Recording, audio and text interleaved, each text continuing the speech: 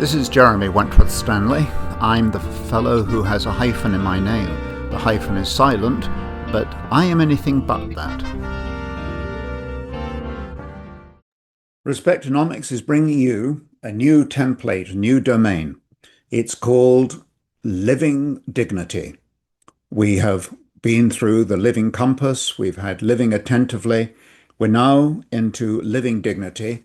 And we're going to take a new approach. Respectonomics has come through a revival, a renaissance, and we've had some expert advice. And this is what we're going to be doing. We've discovered that respectonomics was originally, even in its name of respect and economics, was designed in a way to be integrating, aligning itself with the corporate sector. No more. We are now going to work on the basis of the individual, that we, the people, are the ones that, shall we say, count. Let's start at the very beginning. My name is Jeremy Wentworth-Stanley. I am your voice of Respectonomics. I am the year of Respectonomics, meaning to say that we are on full audio alert, and that if you have comments or ideas, criticisms, whatever, that you want to project into our organization, please do so. Jeremy@respectonomics.com. This living dignity approach is a clarion call to the individual. And we're doing this because we have found out that the previous approaches of respectonomics, which after all have some 220, 230 podcasts under its belt, we have found that there's a divergent pattern, and that is that the corporations are either unwilling, unable, do not wish to hear the message. I can prove that because we do not hear back from corporations in terms of their leadership, their directorships, supervisors, managers, and so on. But we hear a lot from people. So we're going to say living dignity is now the medium of exchange for working with people. I'll come to the point here. The centerpiece of respectonomics is, and I want to be very clear with you, is restoring respect for individual dignity. Let's hear that again. Restoring respect for individual dignity. And that is the centerpiece, it's the core, it's the heart of respectonomics, that each of us as individuals is entitled to respect for our dignity. And by dignity, what that means is the values attributable to a human being. We do have incredible value. And one of the discoveries of respectonomics has been that when we talk to individuals one-on-one, we find out two things. One is everybody has a story to tell. But secondly, we hear over and again incredible insights, incredible seeds of wisdom, pearls of wisdom that emanate from an individual. And they're absolutely worth hearing. And therefore, when we talk about restoring respect for individual dignity, we are embracing the very fact that we can hear what an individual is, what an individual is capable of, and what an individual would like to be able to achieve, the aspirations of that individual. If we're going to have this central core purpose of restoring respect for the individual dignity, there are four quadrants that come to the table that are available, each and every one. And by the way, we are going to be talking about each of these quadrants in separate future podcasts. But I want to emphasize now these four quadrants and consider each of them at least generally. But the first one is to enable individuals to discover their own worth. We live in a world where there's a tremendous amount of discarding of human talent. There's a world of repression, suppression. There's a world of avoidance. There's a world of, I've got it, you don't. This great separation between the rich and the poor.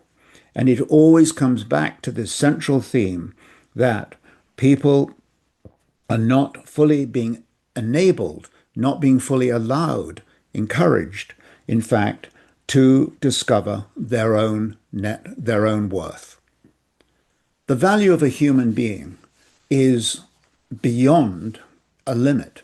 We can say that. We can talk about the imagination of a human being. We can talk about the individual aspirations of a human being. We can talk about the dexterity of a human being. Let me give you one example.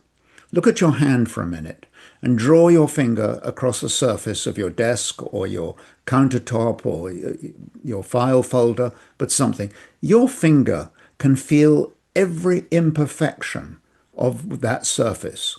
It's incredibly sensitive. That is also the same hand that can raise a sledgehammer and destroy a piece of art, destroy something. But in fact, the hand is so incredibly dexterous, so incredibly omni-capable. And with that in mind, that is true of also the human being. We have this tremendous capacity. And if we're going to have this capacity, it's incumbent on each of us to draw that capacity out of each of us. You've done it for me, and I pray that I can do it for you. And that is to bring out your own worth, your own capacity, and your potential. If we're going to do that, we also need to revive human identity. There are so many examples today where human identity has been lost or has been cauterized, it's been eliminated, it's been almost frowned on. You try and be an individual and you're told to toe the party line. We are individuals. We have an identity. We have expectations personally. We have families. We have backgrounds. We're all different. Do you know how different we are? You only have to look at your thumb, and your thumb is different from my thumb. That's how we get the expression of fingerprints. Each one of us is a fingerprint on life. And we need to examine and to amplify, to encourage this extraordinary difference of identity and to bring it forward.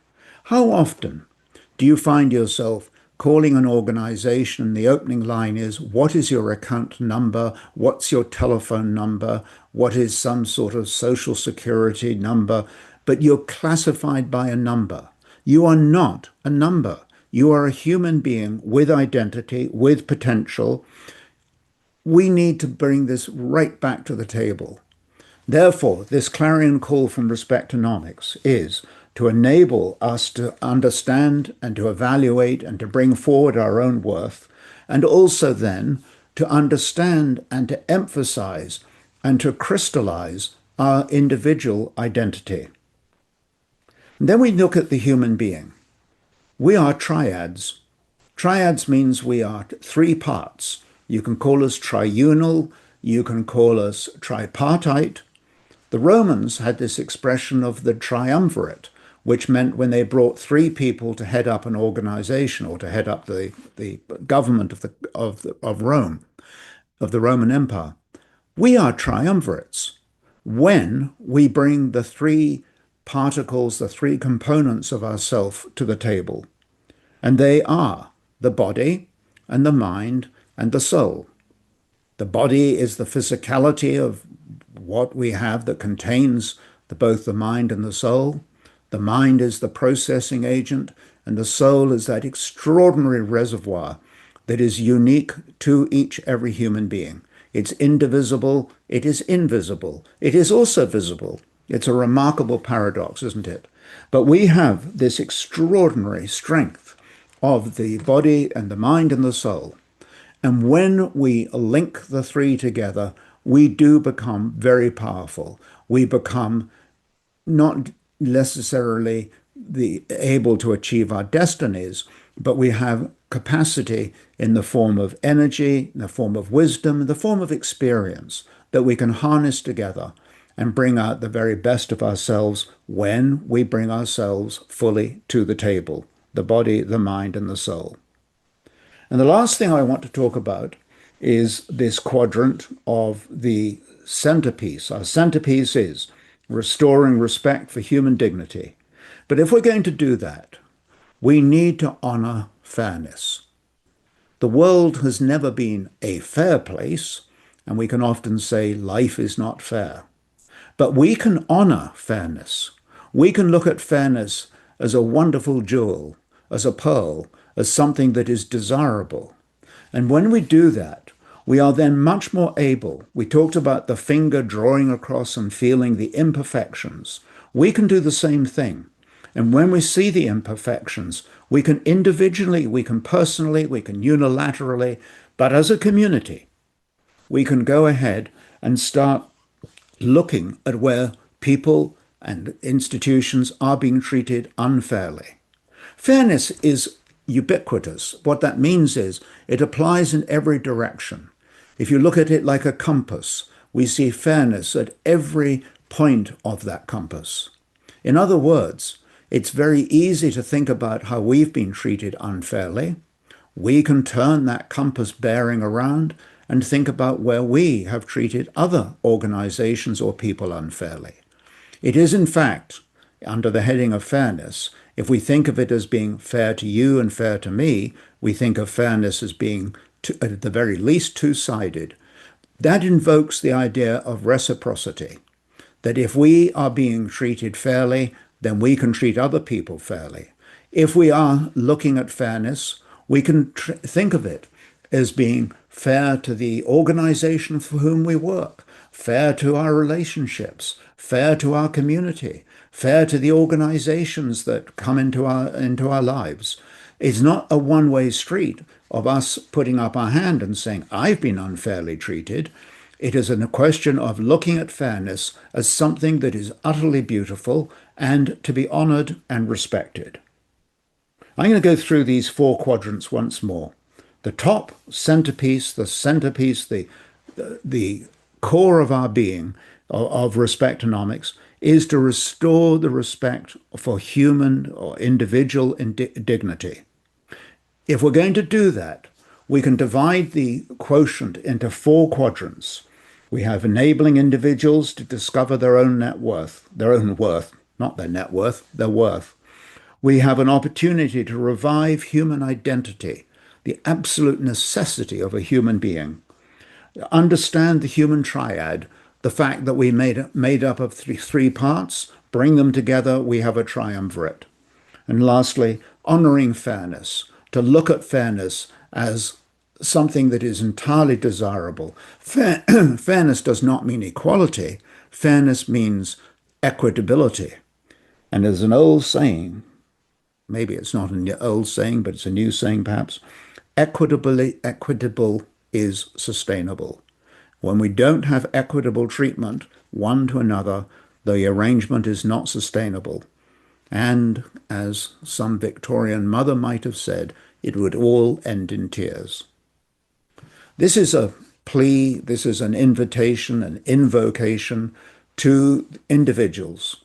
We are going to now work, as I say, under living dignity. We're going to be working on the premise of bringing the individuals back into the place of the authorship, in the place of being the masters and mistresses of our destiny.